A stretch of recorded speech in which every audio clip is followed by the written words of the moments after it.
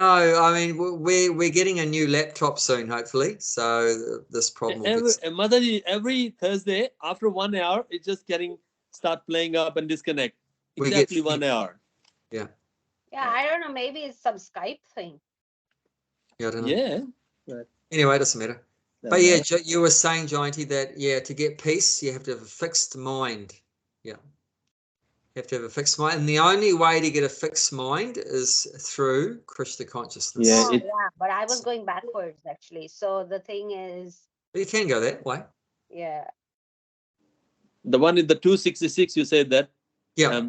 That's correct. That it can neither be transcendental intelligence nor the steady without which there is no possibility of peace. And how there be happiness without the peace. So everyone wants peace, but no one wants to be Krishna conscious. That's the problem. Because that's the only way you can really get peace. And there is no shortcuts. Yeah. It's like, there's no shortcuts in the life. People want shortcuts to get the peace. There's no shortcut. Like they say, no pain, no gain. Yeah, that's right. No pain, yeah. But there's not really much pain in Krishna consciousness. That's the thing. What is the process Lord Chaitanya is giving us? Chanting, dancing, and feasting. That's it. Such a nice process. Kevala Ananda Kanda. It's simply joyful process. But people are so stubborn. Even though it's such a nice process, but they refuse to follow it. And the funny thing is, you can do in any age. Like if you have to sit in the medical exam, you have to do certain marks in your HSC and all. Otherwise, you can't sit in there. But or maybe which country you are in. Here, like any caste, religion, any age, anyone can chant. It's like you don't need any qualification whatsoever. How good is that? Yeah, so kind. Even if you don't have eyes, you still can do it. Yeah, like Bilva Mangala Thakur. Bilmangala Thakur and the Surdas. Yes. Yeah, so it's a famous that the Surdas was coming to the temple, and then the Pujari says, "Why do you come to the temple? You always trip over the steps. There's the steps there. You can't even see that." And he said, "Well, look, I can't see, but Krishna can see. My devotee came or not." So it's so even if you don't have eyes, still you can chant. But he was so special. Yes. Even though he was blind. Yes. And the curtains would still be closed. Yes. And he would be singing what the Lord was wearing. Wow. See? The color and everything. That's a pure devotee. Yeah, he would sing like his doha or whatever it's called, would have some description of what Krishna is wearing. Even one day, the devotee, they haven't dressed the Krishna, and they ask him that. Yeah, and they purposely did that. Because, ask him like, what color. How does he know? So they don't dress. Yeah, that's right. Yeah. He said, "Mere Thakur nang dharang."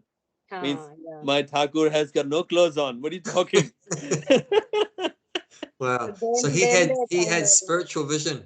Oh yes. Definitely. Yeah. Yeah. So nice. Okay, Gulshan. Yes, continue that. Keep reading the less intelligent living entity does not know this, and therefore he foolishly goes to the demigods for some benefit. But the pure devotee who is in need of something pray only to the Supreme Lord, asking for material benefit. However, is not a sign of a pure devotee. A living entity goes to the demigods usually because he is mad to fulfill his lust. This happens when something's undue is desired by the living entity and the Lord himself does not fulfill the desire. In the Chaitanya Charitamrita, it is said that one who worships the Supreme Lord and at the same time desire material enjoyment is contradictory in his desires. Devotional service to the Supreme Lord and the worship of demigods cannot be on the same platform, because worship of demigod is material and devotional service to the Supreme Lord is completely spiritual. Okay, let's stop there. Yeah, there's a lot there. Yeah, so it says this is contradictory. If you are pure devotee and you desire something, it means either you're not a pure devotee if you're pure devotee, you wouldn't desire anything. Because there's a desire to please the Lord, that's devotional service, and then there's a desire to please ourselves. Now that's contradictory, because like getting back to the mother and the child, is the mother desiring to please the child and please herself at the same time? No, she's just thinking about the child. That's pure love, right? But what happened if the mother wants a child and she wants child to be a Krishna consciousness? So there's a desire plus. No, but that desire is also for the benefit of the child. That's for the child's benefit. That they become Krishna conscious. So you can't be thinking about the other person and yourself at the same time. Yeah, that's it's either one or the other. Either you're thinking about yourself or you're thinking about someone else. You can't, doing both, it's contradictory. So that's the thing. So the pure devotee just has the desire to please the Lord, and they forget themselves. Like if you have to see someone, you have to look, and if you have to look yourself, you have to look the mirror. You cannot see yourself without mirror. So, but if you have to see someone, you don't need a mirror. So either that or that. You can't be both. Talking about forgetting the pure devotee, forgetting themselves, that reminds me that when Krishna called the gopis during the Rasa Leela, then they came, and then Krishna told them to go home, and he was testing them, how strong was their desire to serve him. And they passed the test. They refused to go home. And then Krishna started the Rasa Leela, the dancing. And Krishna expanded himself to be with all the gopis at the same time. And then at a certain point, Krishna left. Krishna left the Rasa dance. And all the gopis felt so much separation from Krishna. And in that feeling of separation from Krishna, they were thinking about Krishna more and more and more. And their Krishna consciousness or Krishna thinking became so intense that they thought they were Krishna. So what does that mean? They are one with the Krishna then. Yeah. So one of them was absorbed in thinking that they were lifting Govardhan Hill, and another one was thinking they were stealing butter. They were stealing butter and feeding it to the monkeys. Another one was killing a demon, like that. So they entered into Krishna's pastimes and their absorption and thinking about Krishna, and they forgot their own separate existence. They forgot about themselves and were just so absorbed in thinking about Krishna. That was all that was in their consciousness, was that Krishna lifting the hill, Krishna's fighting the demon, Krishna's taking the butter, like that. So they became so absorbed in Krishna, they were thinking they were Krishna, but not in the same way that Mayavadi does, but just so much intense concentration on Krishna, they forgot themselves. And that's the perfection of Krishna consciousness, to forget ourselves and just be absorbed in thinking about Krishna. But we're still existing. But that's the nature of pure love. Like the mother forgets herself and serving the child, she forgets her own eating and forgets her own sleeping and forgets about her own dressing and all these, bodily requirements. And she's just thinking about the child like that. So this is the perfection of Krishna consciousness. And it's mentioned here then that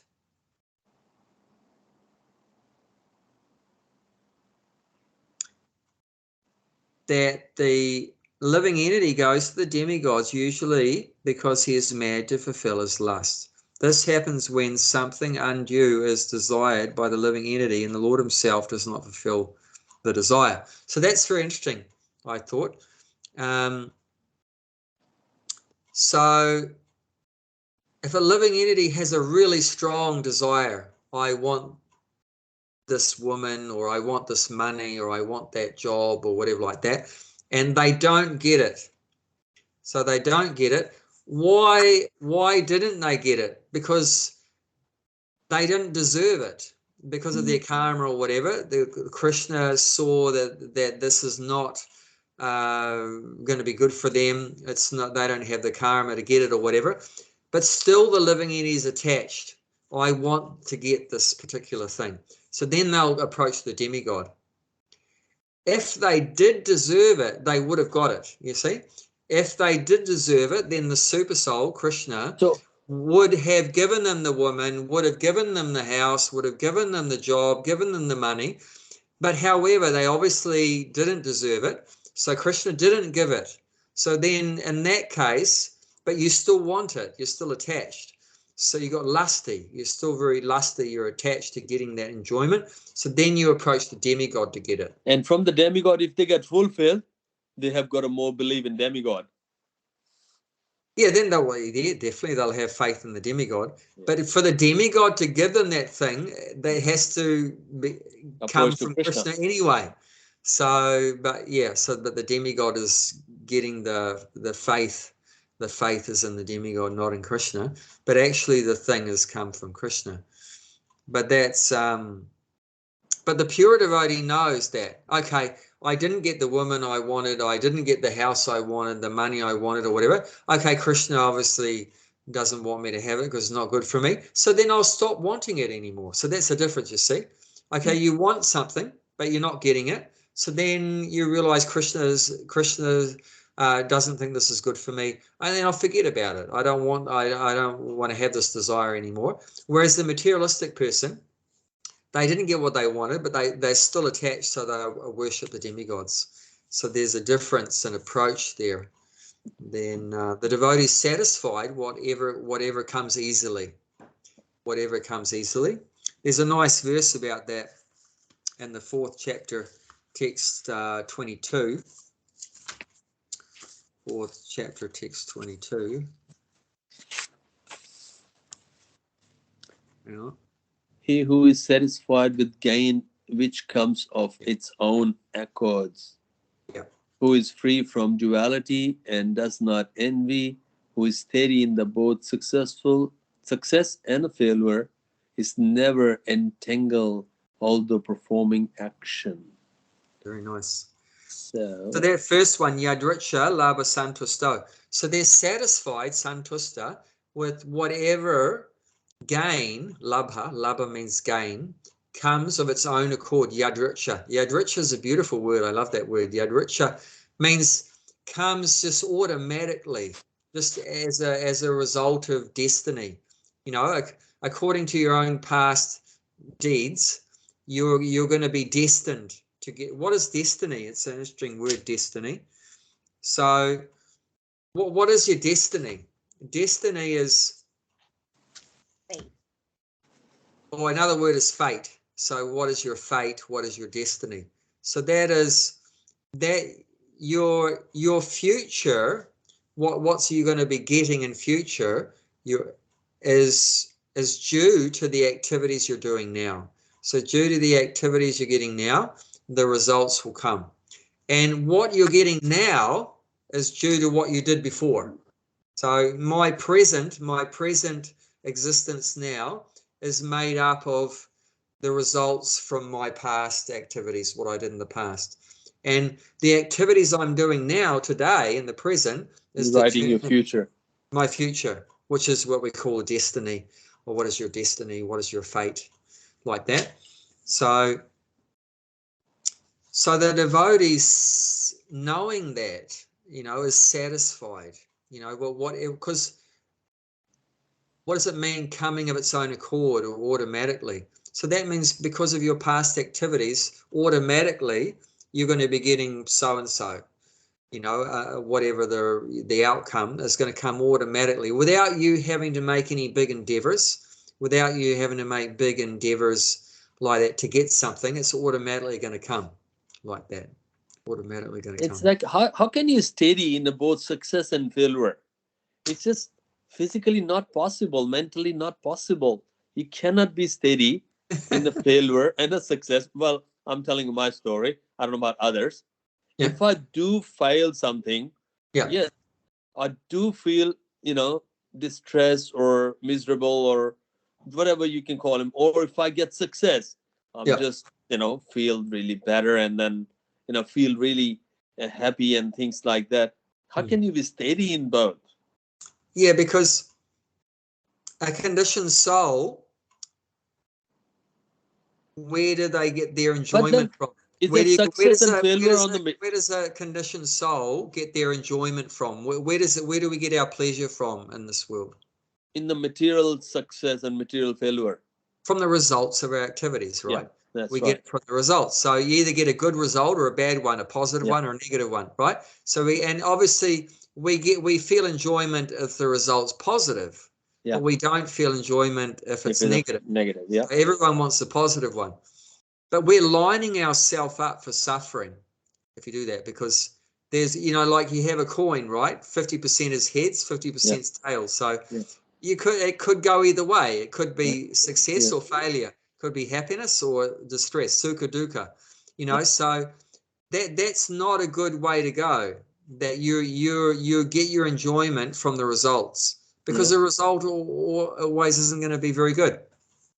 But where does the devotee get their enjoyment from? From the results? No, because the results is for Krishna. We just talked about that. Whatever he's the beneficiary, he's the one that gets the results. And is Krishna going to be put into distress if the results don't turn out very good? No, it doesn't matter to him. If you fail, is that a big deal to Krishna? No. And even if I pass, he didn't need what you were giving to him anyway. Yeah, that's right. So it's no skin off Krishna's nose if you're offering to Krishna, a negative result, loss, profit or loss. If you give Krishna profit, if you give Krishna your profit, does he gain anything? No. If you give Krishna your loss, does he lose anything? No. It's same like an ocean. If you take a bucket out or put the bucket back in. Yeah, that's right. So it doesn't affect Krishna at all. So because we know the results for Krishna's pleasure, not for my pleasure. So where does the devotee getting their pleasure from? It's not from the results. Where does the devotee get their enjoyment from, their pleasure from? To service to the Krishna? Yeah, the activity. You see, there's two things. There's the activity and there's the result of the activity. Now, materialistic person, it's all about the result of that. You don't give a stuff about the activity. You hate the activity. No one likes going to work 9 to 5 and the activities. We don't like in the factory, in the office or whatever like that. We just want the money at the end of the week that we can go to the pub and buy beer and stuff like that. But the devotee, where do they enjoy? It's doing the activity. We enjoy doing the activity for Krishna, cooking for Krishna. Yeah, but if you're cooking for Krishna, build the temple for Krishna, whatever it is, gardening for Krishna. Yeah, if you're cooking for Krishna and you forgot to put the salt in there, and the devotee is eating and everybody looking at you, how did you cook like that? And then you said, "Oh, I did not taste it, but Krishna didn't even tell me." And then you feel miserable because is that the way, Kalya Prabhu said, is that the way you cooking that? I said, I feel miserable. Even if I did that for Krishna, it's like, but other society is judging that. The way you put salt enough or not in there, or maybe too much chili in there. You don't taste it before you offer. And at the end, when plate comes in and you're serving everyone, and people are looking like you, then you feel terrible. What you're saying, it's like sometimes it's very subtle. Say you cooked very well, and then you're gloating about it because you're like, I made the feast and everybody's enjoying it. Yeah. But what happened if nobody enjoyed it? You still made the feast for Krishna. Yeah, then you feel this. You feel very very, I don't know, disturbed or like, feel very small and like, why Yeah, did I but do a more advanced devotee is not going to be feeling like that. They would have thoroughly enjoyed Yeah, the this is activity that's itself. what the Kali Prabhu, he don't care. He cooks whether you like or not. No, but I mean, He's the advanced devotee. but Sometimes his but the cooking is thing not fully is cooked, that half cooked. the Yeah, that's fine. devotee will have the qualities that match the work. Means they're a good cook and they cook for Krishna. It's not that you don't know cooking. You go in there and make a big mess and everyone gets sick But and you burn who's everything. the one deciding you are a good cook? See, means like, if Arjuna, his job, he's a fighter. He knows how to fight. Now, he might win the fight or he might lose the fight.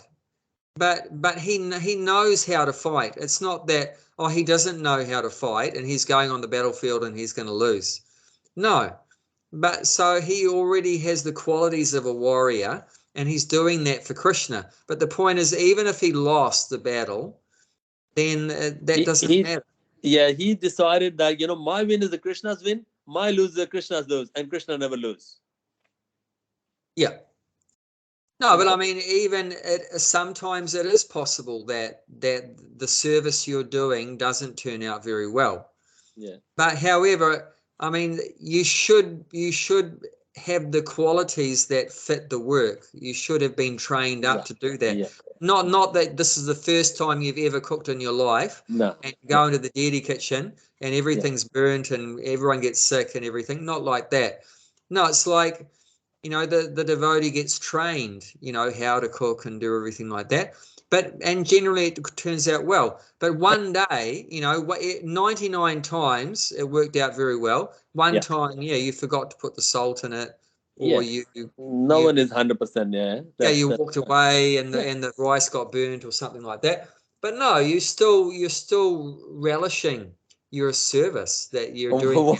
One day they put that. This is my good fortune that I'm cooking for Radha Gokulananda, and you're in ecstasy and you're singing while you cook and you're meditating, all the pastimes of, Krishna eating with the devotees and things like that. So in advanced devotees, if your consciousness is very pure and your whole focus is to please Krishna, and even by mistake you make some mistake and like you mix up the salt with the sugar and that turn out to be very good taste. I noticed that. Yeah, Krishna can change because it. You know what, Mahasevak, he make the dal and he said, I'm making a dal for Jagannath, and he put the sugar in there. And I said, you put a sugar in the dal and turn out to be very good taste. He said, Jagannath dal has got a sugar. And I cannot believe that. I never ever think to put the sugar in the dal, but he does. And it tastes very good. But it doesn't work though if you put 3 cups of salt in the Mysore pot. No. I did that once. You deliberately, you wouldn't do that, unless you are just not up there. Different story, if you had that too many, and then you can start cooking. Different story. No, but it was in a plastic bag, just an ordinary plastic bag. It didn't, not a label, and it looked like white sugar. It looked like because white sugar and salt obviously look different. After that, if I'm not sure, I always taste a bit just to check that it's actually salt or sugar. But we all make mistakes. That happens sometimes. It's okay. Yeah, that's. But the devotee gets enjoyment from the activities of devotional service, whereas the materialists, they get enjoyment from the results. But that's not good, because many times the results don't turn out very good, and then you're going to be depressed and everything, and also that's sinful, to be attached to the results. Because if you're doing the activity for the results, that means that was your motivation to do the work, was to get the results. So you become the doer. So that means you get the karma, you get the responsibility. Whereas if you are only doing it to please Krishna, not doing it to please yourself, that means the responsibility comes back to Krishna. That means you don't get any karma. So that's why we call it akarma. When a devotee works, it's called akarma. It means there's no result. It's like you didn't do anything. Whereas the others, they're engaged in karma or vikarma. So it means they're going to be given the results, the responsibility for doing that work they will get. So if you're doing karma, means you're going to get the responsibility for doing good work. So what's the outcome? You're going to have to go to heaven. So that means you're locked into going to heaven. And if you do vikarma, means if you do irreligious or sinful activities, then you're going to be locked into going to hell. Yeah. So both ways, you have to come back again. You have to take birth again. Yeah. Either you do a pious activity, you're going to go to heaven and come back, or you do a sinful activity, you're going to go to hell and come back. Only the devotee can get free from the cycle of birth and death, because he works for Krishna. He does whatever Krishna wants. You know, not what he wants. He does what Krishna wants. And therefore, he doesn't go to heaven. He doesn't go to hell. He doesn't come back anywhere in the material world. He goes to the spiritual world.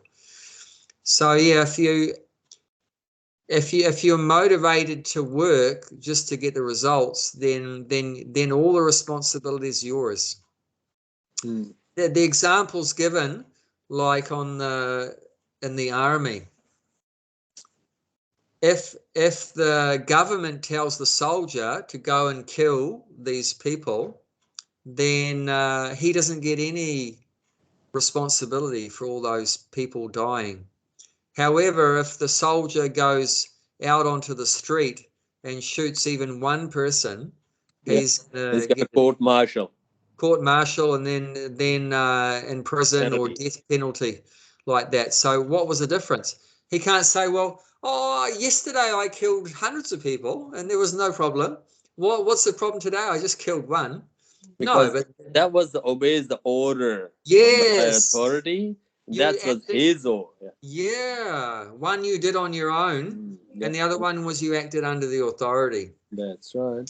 So this is how a devotee lives. We just act under the authority, and we're just doing it to please the authority. It's not, well, I like this, I don't like this. It's got nothing to do with I like it or I don't like it. We're just doing what the authority says. And the other person only does what they like, I don't like this, I'm not going to do it. I like this, yes, I'll do it. So they get all the responsibility for that, falls on their head, like that. And that's karma vikarma, like that.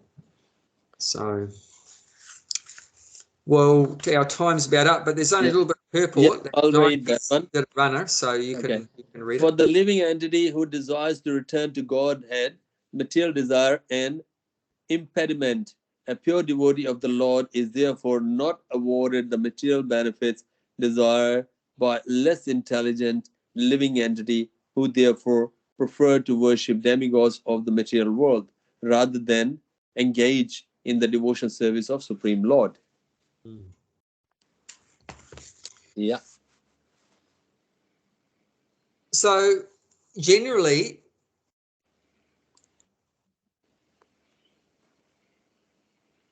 sense gratification, more than what we need to survive,